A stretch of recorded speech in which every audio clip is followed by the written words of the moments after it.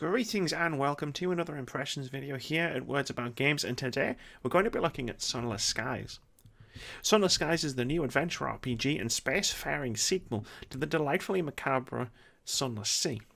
Players will take command of a steam train retrofitted to navigate a wonderfully weird Victorian-era space empire with one of three goals and a whole heap of eerie, mind-bending horror that will test your own sanity as much as it will your captain and their crew. I'll just get this out of the way right off the bat. Sunless Skies improves on its predecessor in every way.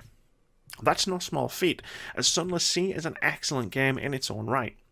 For the sequel, Failbetter have taken the excellent writing of its last game and built something that retains the drama, peril, and challenge of the original while simultaneously making the game more accessible, with a gameplay loop that requires fewer back and forth trips to port for food and fuel, instead allowing players to strike out further and for longer before needing to limp home. Before I talk about the gameplay and improvements though, I need to talk about the writing. Sunless Skies tells masterful stories in a setting oozing with atmosphere. The world is incredibly rich and detailed. Places, events, encounters, and characters are deftly woven together to create a place that feels lived in, like it's actually somewhere that exists, as opposed to a place whose sole existence revolves around a player having things to do. There are three distinct main quest lines that you must choose from at the game's outset: gathering wealth, gathering fame, or pursuing the truth. Each one vastly alters how you approach the world and prioritize your activities. Being a girl who can't resist the siren song of a good mystery, I chose to pursue the truth and was quickly given a series of clues along with a mysterious note that told me that the stars are dying. I won't say anything more about the storyline other than in my 11 hours with the game so far, I've been thoroughly enraptured by it. It's not just the main storyline I'm enthralled by.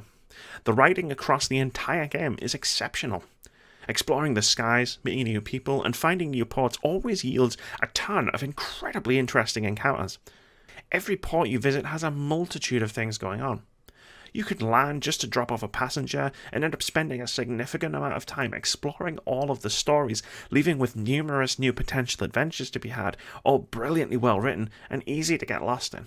And getting lost is a feeling you're gonna need to feel comfortable with. Sunless Skies features 4 semi-procedurally generated maps. Each map has the same landmarks and ports, but aside from the major hub, where they are is random. And given that each map is shrouded by a fog, you'll need to explore to find them, which is an absolutely terrifying ordeal, because what you can find when you're sailing along through space will haunt your dreams. Literally. There's a reason terror is a stat in Sunless Skies. This world can seldomly be a beautiful place, and the graphics and art style are sublime, but the otherworldly Lovecraftian-esque horror that awaits you is terrifying. A phenomenal combination of excellent creature and world design and brilliant sound design makes Sunless Skies an incredibly eerie game. It's disquietingly unsettling when you're travelling through an area filled with nothing. A creepy dread settles in when you find something not quite right, and when the game shows you one of its true otherworldly horrors, you'll probably be in need of a new pair of pants.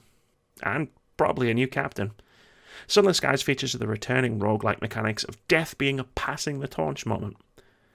If the dark takes you, then you'll start fresh with a brand new character and whatever legacy you manage to pass on. This game adds a twist, however, in Merciful mode, which lets you choose whether to anoint a successor or load your last autosave. This is a welcome change that somehow doesn't diminish the paranoia of travelling the wilderness or the intensity of not knowing if you have enough fuel and supplies to make it back to port. So yes, story is this game's biggest strength, but Sunless Skies is still a video game with systems and mechanics to learn and use. Exploration yields experience points, which you can use to increase various stats that affect the outcome of your choices, giving Sunless Skies a steady progression curve. Though even this ties back into the storyline, as leveling up sees you selecting an actual experience, a story of how you got your ability improvements. Traversal and combat are fine. Moving through space works as you'd expect it to, and combat is functional, with its own rhythms to figure out, but nothing to write home about, unless you're talking about the highly creative monstrosities you're actually fighting with, but I've covered those already. There's so much more I could say about Sunless Skies, and so much more I want to say. Every person who plays this game is going to have an adventure that's quite unique to them, and all I want to do is find like-minded people who have already played the game and talk about all the weird, wonderful, and downright disturbing things I've seen and done in the game. It's got some of the best writing I've experienced in a game in years, backed up by a world that I yearn to explore to its fullest. Thank you very much for watching this video, guys. If you've enjoyed it, please keep it here at Words About Games. We've got tons of content, including our weekly podcast, more impressions videos, patch notes, and our weekly indie game of the week. We also stream over on Twitch at twitch.tv/wordsaboutgames every Monday, Thursday, and Saturday. And most importantly, have a great day.